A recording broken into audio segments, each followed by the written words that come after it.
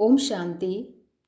19 दिसंबर 2024 की प्रातः मुरली में बाप दादा हमसे कहते हैं, मीठे बच्चे, यह पुरुषोत्तम संगम युग ट्रांसफर होने का युग है। अभी तुम्हें कनिष्ठ से उत्तम पुरुष बनना है। बाबा कहते, मीठे बच्चे, यह पुरुषोत्तम संगम युग ट्रांसफर होने का युग है, अर्थात परिवर्तन करने का युग है। अभी तुम्हें कनिष्ठ से उत्तम बनना है। कनिष्ठ अर्थात निम्न से उच्च बनना है।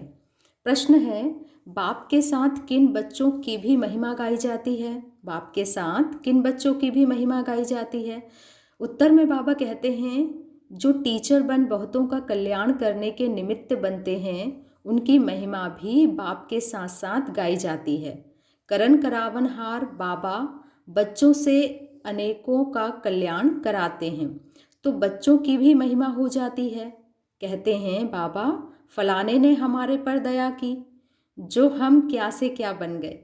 टीचर बने बिगर आशीर्वाद मिल नहीं सकती। क्या कहा बाबा ने?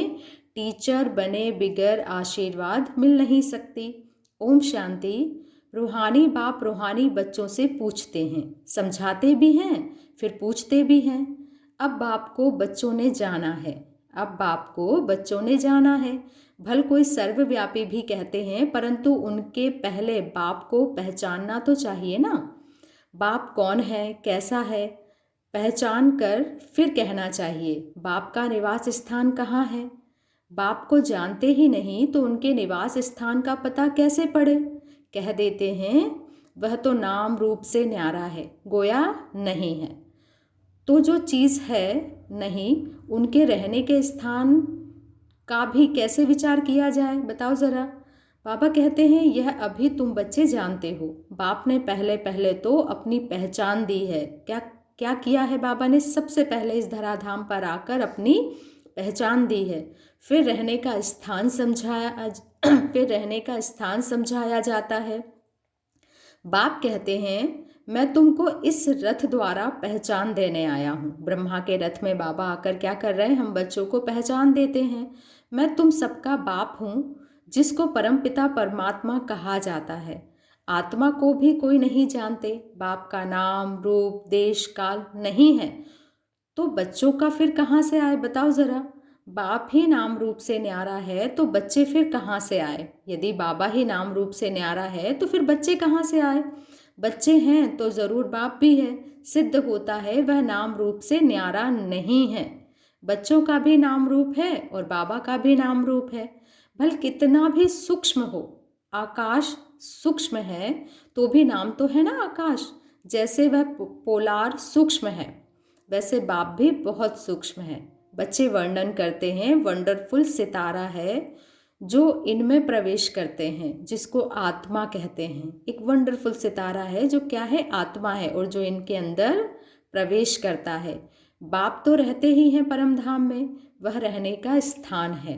ऊपर नज़र जाती है ना, ऊपर उंगली से इशारा कर याद भी करते हैं। कुछ हो जाता है तो कहते हैं ना, भगवान सहारा है, तो कहाँ उंगली दिखाते हैं? ऊपर। तो जरूर जिसको याद करते हैं कोई वस्तु होगी। परमपिता परमात्मा कहते हैं ना, फिर भी नाम रूप से न्यारा कहना, इसे अज्ञान कहा जाता है। बाप को जानना, इसे ज्ञान कहा जाता है। यह भी तुम बच्चे समझते हो। हम पहले अज्ञानी थे, बाबा को जानते नहीं थे, बाप को भी नहीं जानते थे, अपने को भी नहीं जानते थे, और ना ही हम ड्रामा को जानते थे। लेकिन देखो, बाबा ने आकर सबसे पहले हमें अपनी पहचान दी, तो हम अब बाबा को जानते हैं। समझते हैं, बाप समझते हो, हम आत्मा है ना कि शरीर। आत्मा को अविनाशी कहा जाता है, तो ज़रूर कोई चीज़ है ना। अविनाशी कोई नाम नहीं है। अविनाशी अर्थात जो विनाश को नहीं पाती, तो ज़रूर कोई वस्तु है। बच्चों को अच्छी रीति समझाया जाता है। मीठे मीठे बच्चों, जिनको बच्चे बच्चे कहते हैं, वह आत्माएं अविनाशी हैं। यह आत्माओं का बाप परमपिता परमात्मा बैठ हम बच्चों को समझाते हैं। देखो बच्चे, यह एक खेल ही है। बाबा कहते हैं, यह खेल एक ही बार होता है, जबकि बाप आकर बच्चों को अपना परिचय देते हैं। मैं भी पाठधारी हूँ, कैसे पाठ बजाता हूँ यह भी तुम्हारी बुद्धि में है। पुरानी अर्थात पतित आत्मा को नया पावन बनाते हैं। तो फिर शरीर भी, बाबा कहते हैं, तो फिर शरीर भी तुम्हारे वहाँ गुलगुल होते हैं अर्थात शुद्ध होते हैं। बाबा कह रहे हैं यह तो बुद्धि है ना। अभी तुम बाबा बाबा कहते हो, यह पाठ चल रहा है ना। आत्मा कहती है बाबा आया हुआ है। कौन कहती है? आत्मा कहती है कि बाबा आया हुआ है हम बच्चों को शांति धाम घर ले जाने के लिए। शांति धाम के बाद है ही सुख धाम अर्थात सतयुग। शांति धाम के बाद दुख धाम हो नहीं सकता। नई दुनिया में सुख ही कहा जाता है। यह देवी देवताएं अगर चैतन्य हो और उनसे कोई पूछे आप कहाँ के रहने वाले हो, तो कहेंगे हम तो स्वर्ग के रहने वाले हैं। अब यह जड़ मूर्ति तो नहीं कह सकती। कौन कहती है? आत्माएं कहती हैं। तुम तो कह सकते हो ना, हम असल स्वर्ग में रहने वाले देवी देवताएं थे, फिर 84 का चक्कर लगाए, अब संगम पर आए हैं। यह ट्रांसफर होने का पुरुषोत्तम संगम युग है अर्थात परिवर्तन होने का युग है। बच्चे जानते हैं हम बहुत उत्तम पुरुष बनते हैं। हम हर 5000 वर्ष बाद सतो प्रधान बनते हैं। सतो प्रधान भी नंबर वार कहेंगे। तो यह सारा पाठ आत्मा को मिला हुआ है। ऐसे नहीं कहेंगे कि मनुष्य को पाठ मिला हुआ है। किसको मिला हुआ है? आत्मा को पाठ मिला हुआ है। अहम आत्मा को यह पाठ मिला हुआ है। मैं आत्मा 84 जन्म लेती हूँ। हम आत्मा वारिस हैं। वारिस हमेशा मेल होते हैं, फीमेल नहीं। तो अभी तुम बच्चों को यह पक्का समझना है, हम सब आत्माएं मेल हैं। सबको बेहद के बाप से वर्षा मिलता है। हद के लौकिक बाप से सिर्फ बच्चों को वर्षा मिलता है, बच्ची को नहीं मिलता है। देखो बच्चे, ऐसे भी नहीं, आत्मा सदैव फीमेल बनती है। बाबा समझाते हैं बच्चे, तुम आत्मा कभी मेल का कभी फीमेल का शरीर लेती हो। इस समय तुम सब मेल्स हो। सब आत्माओं को एक बाप से वर्षा मिलता है। सब बच्चे ही बच्चे हैं। सबका बाप एक है। बाप भी कहते हैं, हे बच्चों, तुम सब आत्माएं मेल्स हो, हमारे रूहानी बच्चे हो। फिर पाठ बजाने के लिए मेल फीमेल दोनों चाहिए, तब तो मनुष्य सृष्टि की वृद्धि हो।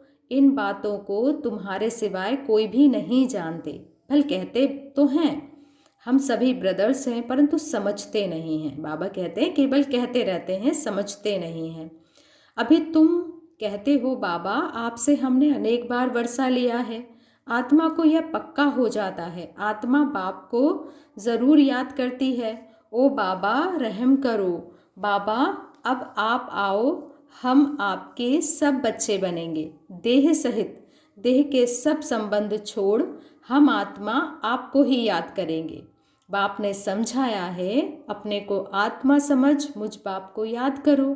बाप से हम वर्षा कैसे पाते हैं? हर 5000 वर्ष बाद हम यह देवता कैसे बनते हैं, यह भी जानना चाहिए ना। स्वर्ग का वर्षा किससे मिलता है, यह अभी तुम बच्चे समझते हो। बाप तो स्वर्गवासी नहीं हैं, बच्चों को बनाते हैं, खुद तो नरक में ही हैं। बाबा कहते हैं खुद तो नरक में ही आते हैं। तुम बाप को बुलाते भी नरक में हो, जबकि तुम सतो प्रधान बनते हो। यह सतो, बाबा कहते हैं जबकि तुम तमो प्रधान बनते हो। यह तमो प्रधान दुनिया है ना। सतो प्रधान दुनिया थी 5000 वर्ष पहले, इनका राज्य था। इन बातों को, इस पढ़ाई को अभी तुम ही जानते हो। यह है मनुष्य से देवता बनने की पढ़ाई। मनुष्य से देवता किए करत न लागी पार। बाबा कहते हैं मनुष्य से देवता बनाने में बाबा को टाइम नहीं लगता। बच्चा बना और वारिस बना। बाप कहते हैं तुम सब आत्माएं मेरे बच्चे हो। बाप कहते हैं तुम सब आत्माएं मेरे बच्चे हो, तुमको वर्षा देता हूँ। तुम भाई भाई हो। रहने का स्थान मूल वतन अथवा निर्वाण धाम है, जिसको निराकारी दुनिया भी कहते हैं।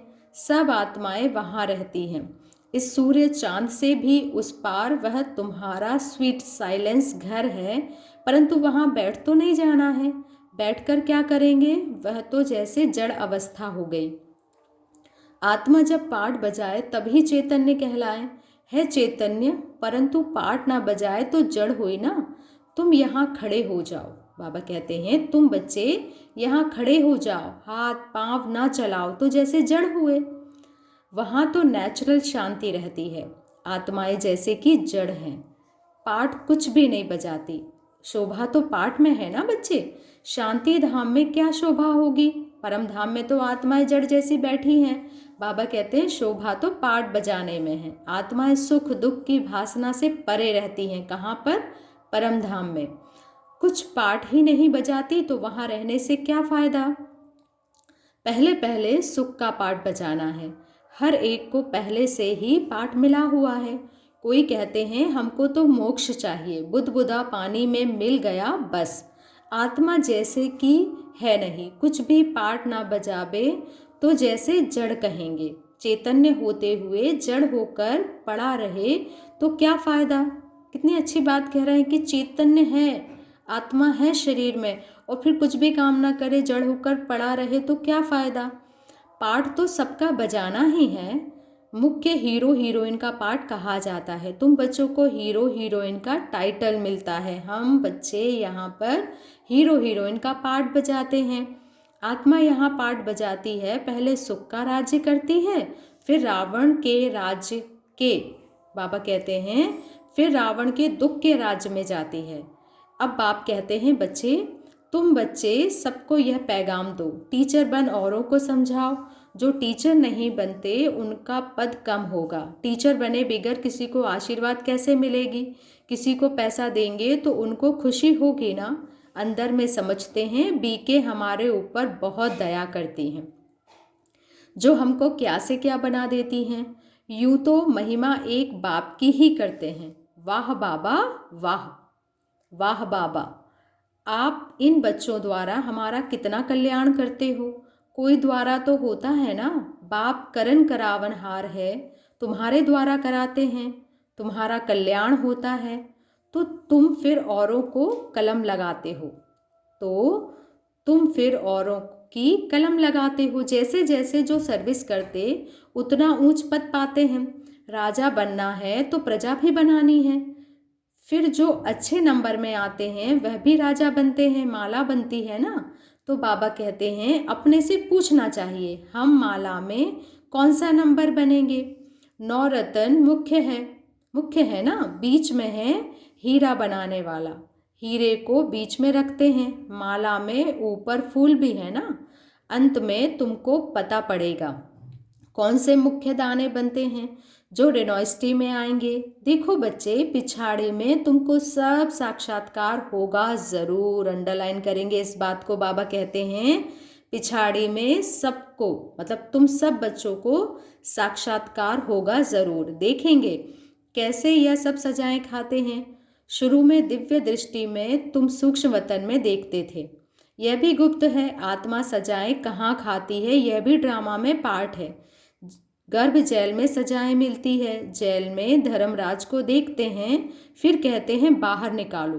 बीमारियां आदि होती है, वह भी कर्म का हिसाब है ना बच्चे। यह सब समझने की बातें हैं। बाप तो जरूर राइट ही सुनाएंगे ना। अभी तुम राइटियस बनते हो। राइटियस उनको कहा जाता है जो बाप से बहुत ताकत लेते हैं। तुम विश्व के मालिक बनते हो ना, कितनी ताकत रहती है। हंगामे आदि की कोई बात नहीं, ताकत कम है तो कितने हंगामे हो जाते हैं। तुम बच्चों को ताकत मिलती है आधा कल्प के लिए, फिर भी नंबरवार पुरुषार्थ अनुसार एक जैसी ताकत नहीं पा सकते, ना एक जैसा पद पा सकते हैं। यह भी पहले से नूंद है। ड्रामा में अनादि नूद है। कोई पिछाड़ी में आते हैं, 1-2 जन्म लिया और शरीर छोड़ा। जैसे दिवाली पर मच्छर होते हैं, रात को जन्म लेते हैं, सुबह को मर जाते हैं। तो बाबा कहते हैं वह तो अगणित होते हैं, न जाने कितने होते हैं। मनुष्य की तो फिर भी गिनती होती है। पहले पहले तो आत्माएं आती हैं, उनकी आयु कितनी बड़ी होती है। बाबा कहते हैं सबसे पहले यहाँ पाठ बजाने कौन आती है, आत्माएं आती हैं। तुम बच्चों को खुशी होनी चाहिए, हम बहुत बड़ी आयु वाले बनेंगे। तुम फुल पाठ बजाते हो, मतलब सतयुग से लेकर संगम तक। बाप तुमको ही समझाते हैं तुम कैसे फुल पाठ बजाते हो। पढ़ाई अनुसार ऊपर से आते हो पाठ बजाने। तुम्हारी यह पढ़ाई है ही नई दुनिया के लिए। बाबा कहते हैं, अनेक बार तुमको पढ़ाता हूँ, यह पढ़ाई अविनाशी हो जाती है। आधा कल्प तुम प्रारब्ध पाते हो। उस विनाशी पढ़ाई से सुख भी अल्पकाल लिए मिलता है। अभी कोई बैरिस्टर बनता है, फिर कल्प बाद बैरिस्टर बनेगा। यह भी तुम बच्चे जानते हो, जो भी सबका पाठ है वही पाठ कल्प कल्प बजता रहेगा। क्या कहा बाबा ने? जो भी सबका पाठ है वही पाठ कल्प कल्प बजता रहेगा। देवता हो या शूद्र हो, हर एक का पाठ वही बजता है जो कल्प कल्प बजता है। बाबा कहते हैं उनमें कोई फर्क नहीं हो सकता, हर एक अपना पाठ बजाते रहते हैं। यह सारा बना बनाया खेल है। पूछते हैं, पुरुषार्थ बड़ा या प्रारब्ध बड़ी? अब पुरुषार्थ बिगड़ तो प्रारब्ध मिलती नहीं है, पुरुषार्थ से प्रारब्ध मिलती है ड्रामानुसार। तो सारा बोझ ड्रामा पर आ जाता है। पुरुषार्थ कोई करते हैं, कोई नहीं करते हैं, आते भी हैं फिर भी पुरुषार्थ नहीं करते तो प्रारब्ध नहीं मिलती है। सारी दुनिया में जो भी एक्ट चलती है सारा बना बनाया ड्रामा है। आत्मा में पहले से ही पाठ नुधा हुआ है, आदि से अंत तक का। जैसे तुम्हारी आत्मा में 84 का पाठ है। हीरा भी बनती है तो कौड़ी जैसा भी बनती है।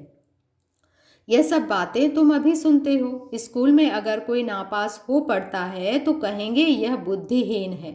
धारणा नहीं होती, उसको कहा जाता है वैरायटी झाड़, वैरायटी फीचर्स।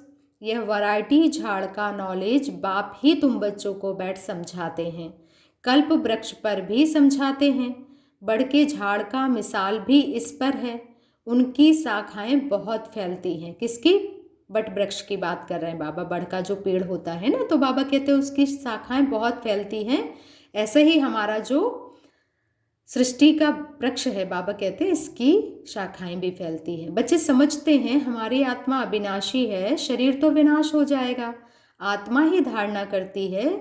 आत्मा 84 जन्म लेती है, शरीर तो बदलते जाते हैं, आत्मा वही है। आत्मा ही भिन्न भिन्न शरीर लेकर पाठ बजाती है।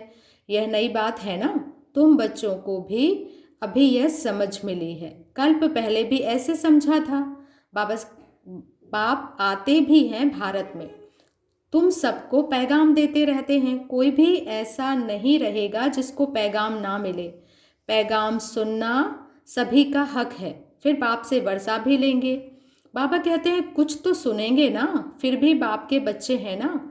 बाप समझाते हैं, मैं तुम आत्माओं का बाप हूँ। मेरे द्वारा इस रचना के आदि मध्य अंत को जानने से तुम यह पद पाते हो। बाकी सब मुक्ति में चले जाते हैं। बाप तो सबकी सदगति करते हैं। गाते हैं, अहो बाबा तेरी लीला। क्या लीला है? कैसी लीला? बाबा कहते हैं यह पुरानी दुनिया को बदलने की लीला। मालूम होना चाहिए ना, मनुष्य ही जानेंगे ना। बाप तुम बच्चों को ही आकर सब बातें समझाते हैं। बाप नॉलेजफुल है, तुमको भी नॉलेजफुल बनाते हैं। नंबरवार तुम बनते हो। स्कॉलरशिप लेने वाले नॉलेजफुल कहलाएंगे। देखो यहाँ पर जो स्कॉलरशिप लेने वाले होंगे, जो अच्छी रीति पढ़ाई करेंगे, बाबा कहते हैं वही नॉलेजफुल कहलाएंगे। अच्छा, मीठे मीठे से किल दे बच्चों प्रति माता पिता बाप दादा का याद प्यार और गुड मॉर्निंग। रूहानी बाप की रूहानी बच्चों को नमस्ते, और हम रूहानी बच्चों की रूहानी माता पिता बाप दादा को याद प्यार गुड मॉर्निंग और नमस्ते। धारणा के लिए मुख्य सार में बाबा कहते हैं सदा इसी स्मृति में रहना है कि हम आत्मा मेल हैं। क्या कहा बाबा ने? सदा इसी स्मृति में रहना है कि हम आत्मा मेल है। हमें बाप से पूरा वर्षा लेना है। मनुष्य से देवता बनने की पढ़ाई पढ़नी और पढ़ानी है।